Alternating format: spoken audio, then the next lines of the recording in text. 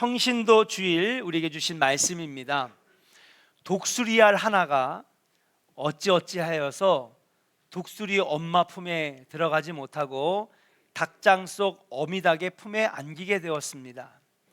얼마 후에 알이 부화돼서 병아리들이 태어났는데 이상하게 생긴 애가 하나가 태어나 있는 거예요. 걔가 누구예요? 독수리예요. 그 독수리는 자기가 병아리인 줄 착각하고 독수리인 줄 모르니까 어미닭에게 가서 품에 안기고요, 다른 병아리들이 삐약삐약 하니까 이 독수리 새끼도 삐약삐약 하면서 그렇게 모이를 먹으면서 지냈습니다. 그런 어느 날 닭이나 병아리를 낚아채서 잡아먹는 매가 하늘에 딱 뜬 거예요.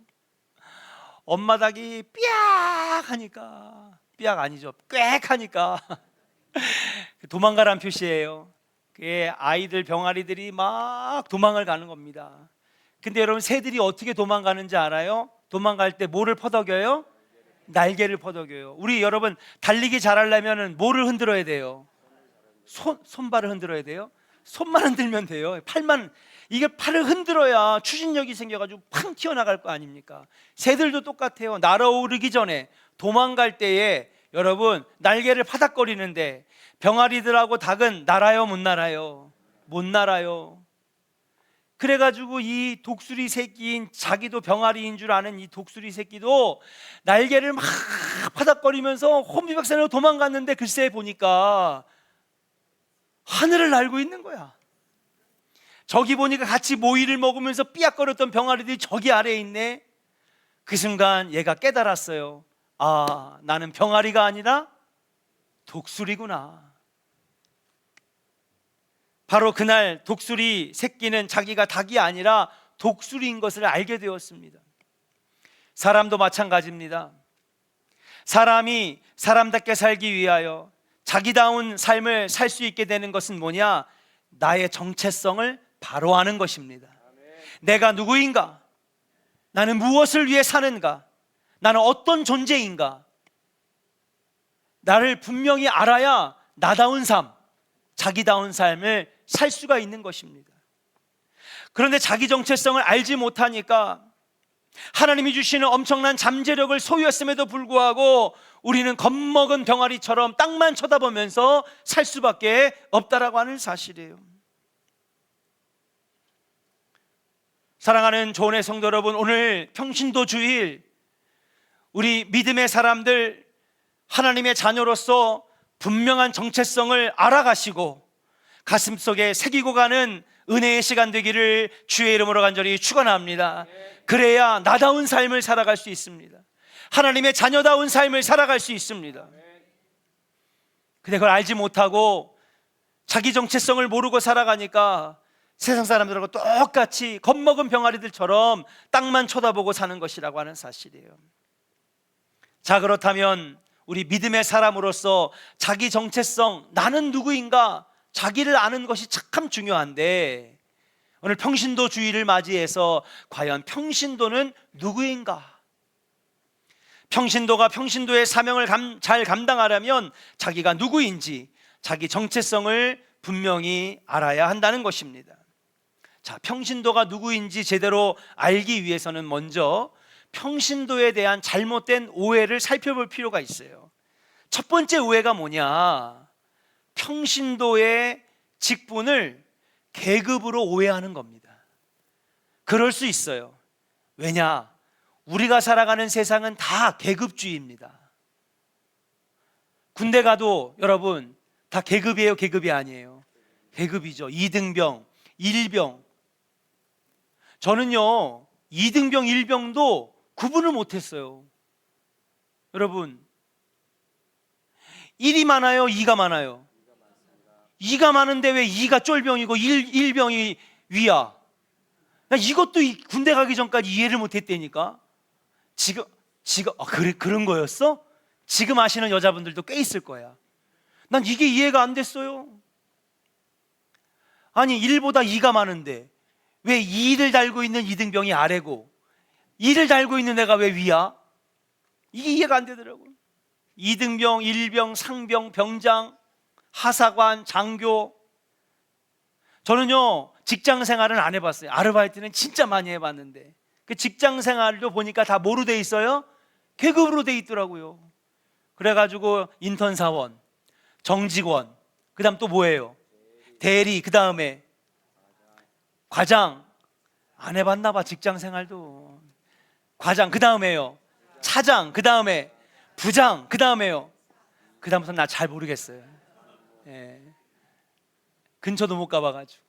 아무튼 세상은 다 계급사회예요. 계급주의란 말이에요. 그러니까 교회에 오면은요 이 평신도의 직분도 계급으로 생각하는 거야.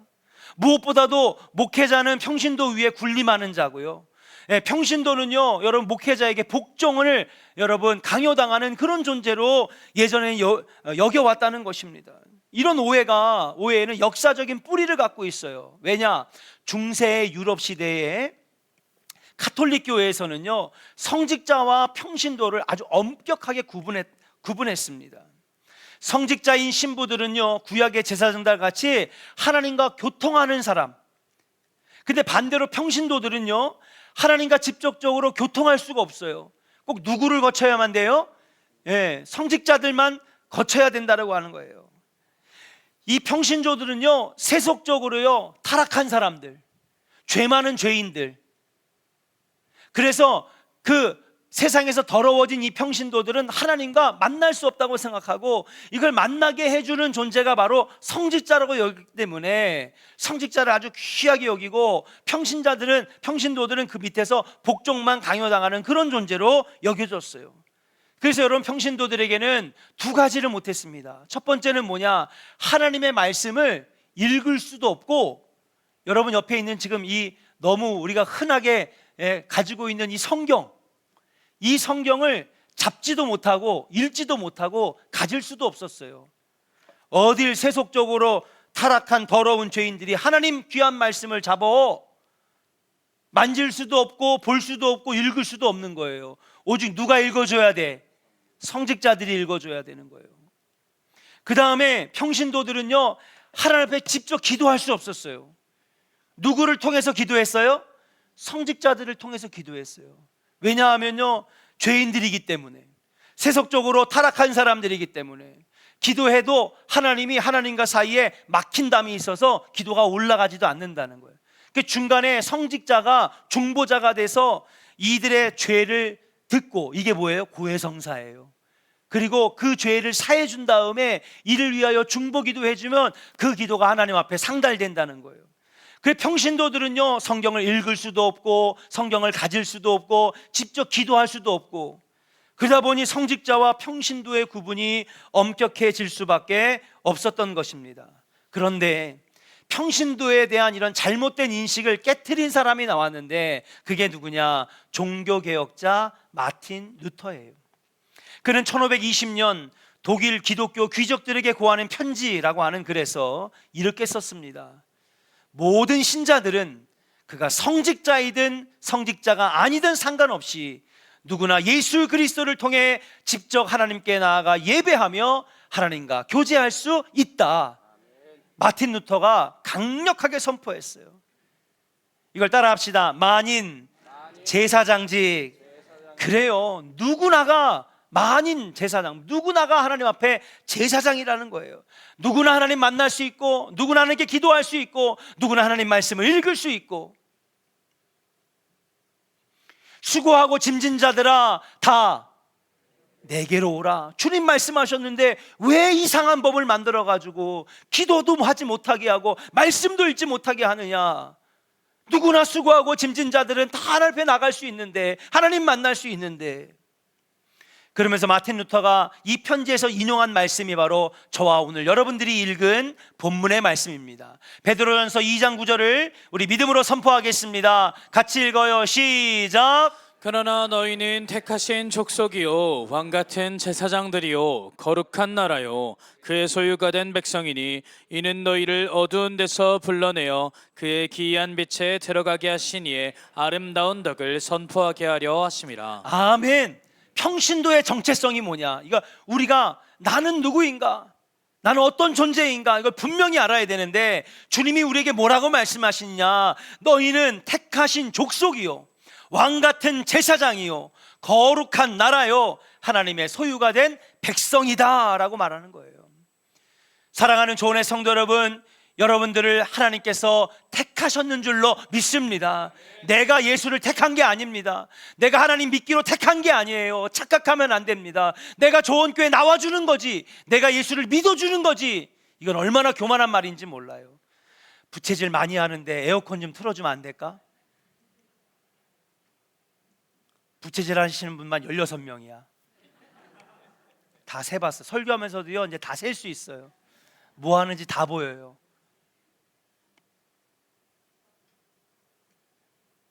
우리가 같이 한번 선포합시다. 너희는 택하신 족속이요, 왕 같은 제사장이요. 할렐루야. 제사장이래요. 왕 같은 제사장. 거룩한 나라래요.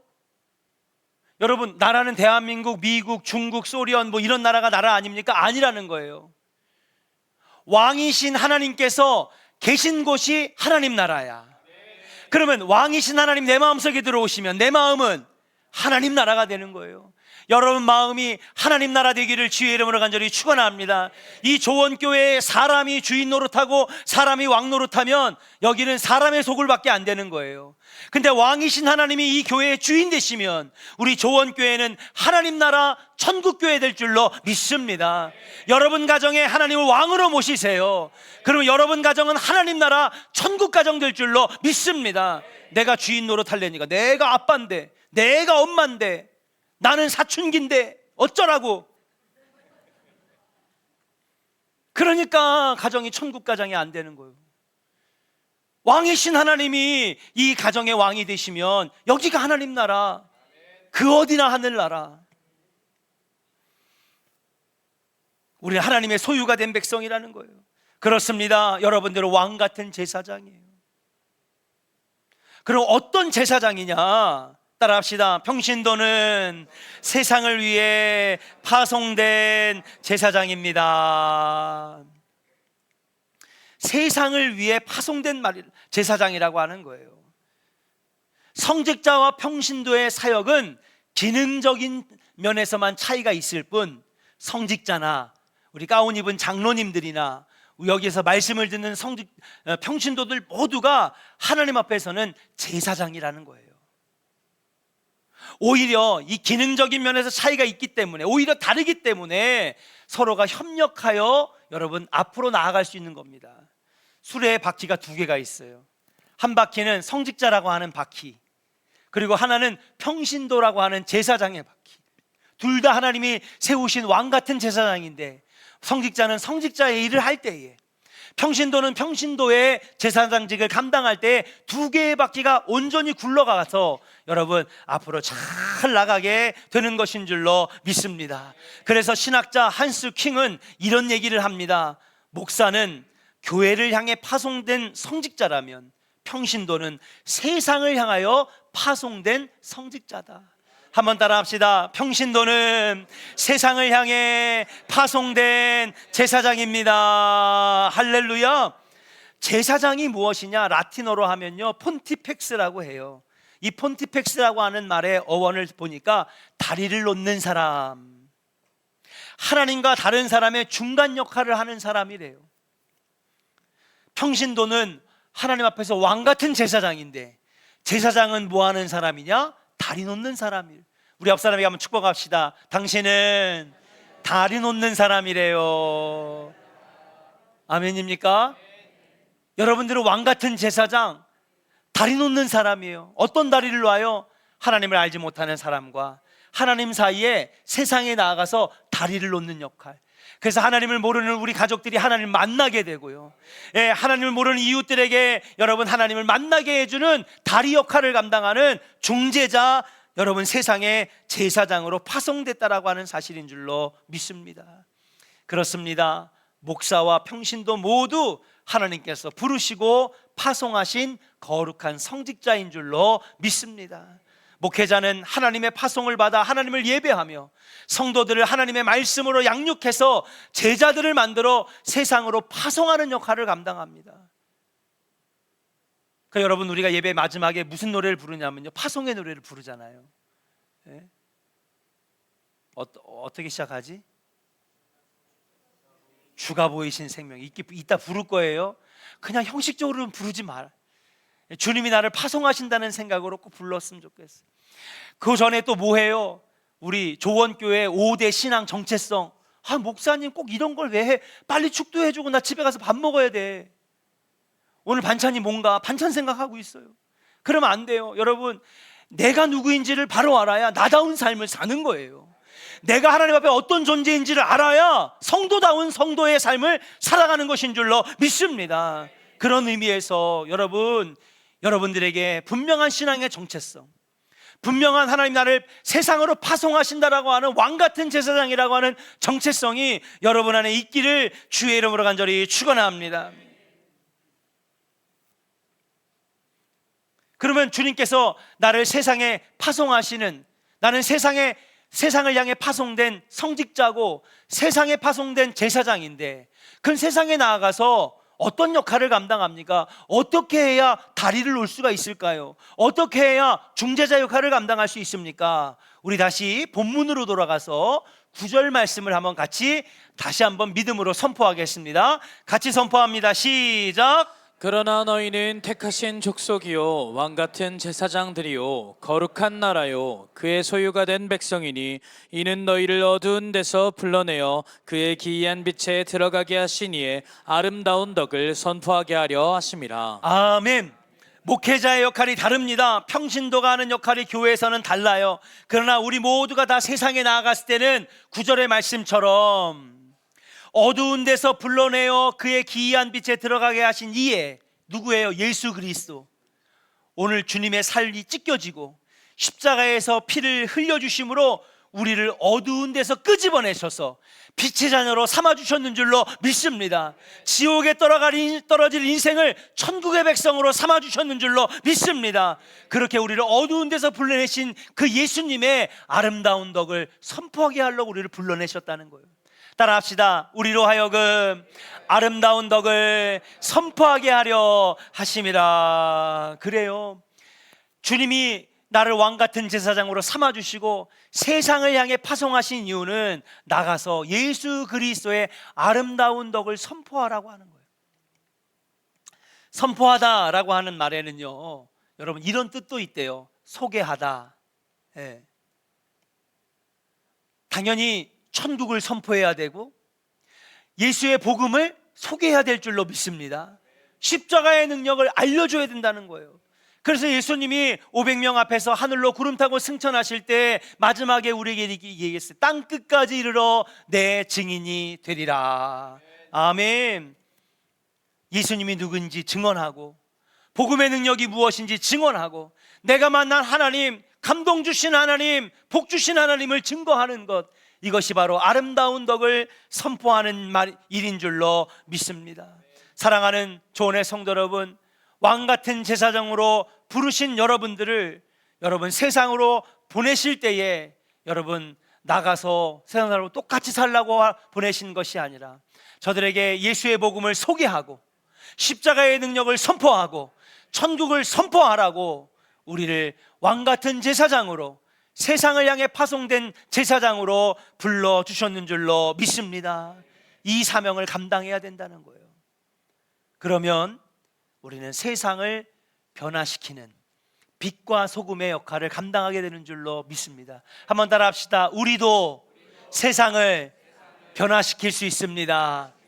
아멘. 우리도 세상을 변화시킬 수 있어요. 목사님, 그거는요, 세상에 똑똑한 몇몇 사람들이 세상을 바꾸는 거죠. 대통령이 바꾸는 거죠. 정치인들이 바꾸는 거죠. 우리 같은 평범한 사람들이 무슨 세상을 바꿔요? 인류의 역사를 살펴보니 여러분, 세상의 힘과 권력은 세상을 바꾸지 못했어요. 근데 세상을 바꿨던 것들은 곳곳마다 복음의 능력이 전해질 때에, 복음이 선포되어질 때에 세상은 변화되게 되었는 줄로 믿습니다. 이 대한민국 신라시대, 삼국시대, 그리고 고려, 고구려, 여러분 조선시대까지 그때 정치가 없었어요? 군대가 없었어요? 전쟁이 없었습니까? 여러분 지도자가 없었습니까? 위정자가 없었습니까? 변화되지 못했어요. 그런데 이 대한민국이 지난 4,900년 동안 이뤄내지 못했던 엄청난 변화를 이루었을 때는 이 땅에 복음의 능력이 임할 때에 대한민국이 전 세계를 주무르는 나라가 되었는 줄로 믿습니다. 세계의 역사를 살펴볼 때에 놀라운 세상의 변화는 복음이 떨어진 장소에서 일어나게 되었다는 사실이에요. 그 역할을 누가 감당하는 거냐? 저와 여러분들이 감당하는 거예요. 우리 한번 믿음으로 고백합시다. 복음의 능력만이 세상을 변화시킵니다. 그 역할을 누가 감당하는 거예요? 여러분들이 감당하는 거예요. 여러분들을 어두운 데서 불러내어 뭐 하시려고? 아름다운 덕을 선포하게 하려고, 복음을 선포하게 하시려고. 애플 컴퓨터의 창업자 스티븐 잡스, 맨날 그 스웨터만, 그 목티라고 하나요? 그거 입고 머리는 이제 거의 빡빡대 가지고 수염 이렇게 기르고 나와가지고 아이폰 막 이렇게 소개하잖아요. 그러더니 이제는 웬만한 대기업들도 다 CEO들이, 회장들이 나와가지고 소개하더라고. 자동차도 소개하고. 요거 끼는 거 어디서 배웠는지 내가 볼 때는 교회에서 배운 것 같아. 그런 거 할 줄도 몰랐거든요, CEO들, 대기업 회장들이. 근데 요즘에는 LG 회장도 이거 끼고 나오고, SK 회장도 이거 끼고 나오고, 삼성 회장도 이거 끼고 나오고. 이런 스크린 쓰면서 프레젠테이션 할 줄도 몰랐어. 어디서 배웠을까? 교회에서 배운 거예요 다. 아무튼 믿거나 말거나 스티븐 잡스가 여러분 대학교 중퇴한 다음에 여러분 당시에 휴레패커드의 여러분 프로그램 개발자와 함께 뜻을 맞춰가지고 여러분 사과가 싹 메어본 한 입 베어문 그 마크를 로고로 해가지고 회사를 차립니다. 컴퓨터 회사입니다. 회사를 차렸는데 여러분 당연히 여러분 똑똑하니까 이 두 사람이 정말 좋은 컴퓨터를 만들었어요. 말 그대로 혁신적인 제품을 만들었습니다. 그런데 이 회사 초기에 성장하지 못하는 거예요. 분명히 제품은 좋은데, 분명히 성능은 좋은데 안 팔리는 겁니다. 왜 그럴까요? 참 인지도라는 게 중요해요. 그렇죠? 그동안에 쌓아놨던 평판과 인지도가 사람들에게 신뢰를 주기 때문에 그건 믿고 사도 돼. 근데 당시에 초창기이기 때문에 사람들이 잘 몰랐습니다. 인지도가 없었어요. 그러니까 제품은 참 좋은데 안 팔리는 거예요. 왜 그런가 생각했더니 홍보가 부족하고 마케팅 전략이 부족한 거예요. 근데 당시에 미국을 떠들썩하게 만들었던 마케팅 천재적인 전략가가 하나 있었습니다. 그게 누구냐? 펩시콜라의 CEO인 존 스컬리라고 하는 CEO가 있었는데, 여러분 펩시콜라는요 후발주자예요. 당연히 여러분 음료업계에서는 어디가 1등일까요? 코카콜라. 코카콜라가 좋으신 분 손 들어보세요. 펩시가 좋으신 분 손 들어보세요. 한 명도 없어. 나만 좋아하네. 아무튼 코카콜라가 압도적으로 좋아하는 거예요. 부동의 세계 1위. 그리고 코카콜라가 만드는 음료가 수백 가지입니다. 우리가 알지 못해서 그러지. 대표적인 게 콜라지. 펩시콜라는요 발끝도 못 미치는 거예요. 근데 이 존 스컬리가요 여러분 천재적인 이 광고 전략을 통해서 여러분 몇 해 동안 엄청난 성장을 이루더니 결국 코카콜라를 누르고 여러분 1위를 차지합니다. 업계가 발대가 뒤집혔어요. 놀라운 일이 일어납니다. 아마 제가 아는 것 중에 하나가 뭐냐면요, 코카콜라 뚜껑을 뭐 종류별로 모으면 F-15 전투기를 준다 그래가지고 진짜 전투기를 줬다니까. 처음 들어보시죠?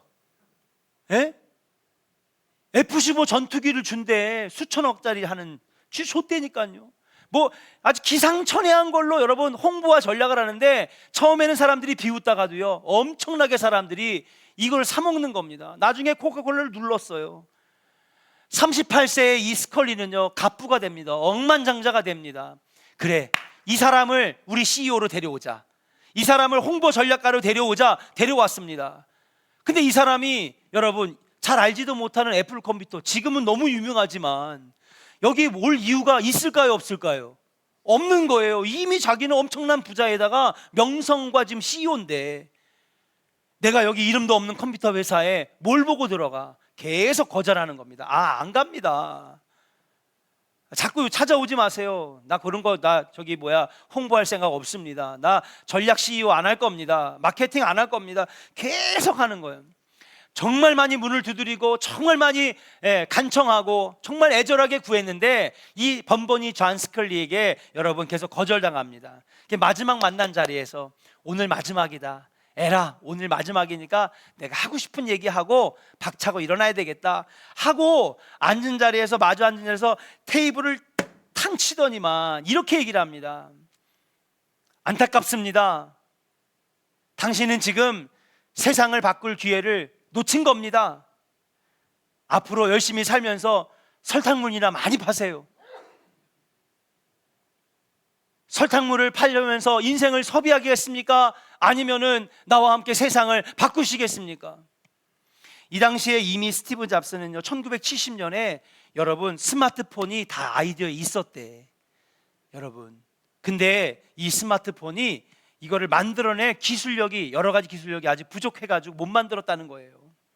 자, 이 스마트폰 세상을 바꿨어요, 안 바꿨어요? 바꿨어요. 은행이 다 사라지고 있잖아요. 지금 그나마 조금 남은 은행들은 어르신들을 위해서 남겨둔 거예요. 안 가요. 젊은 사람들은 은행에 안 갑니다.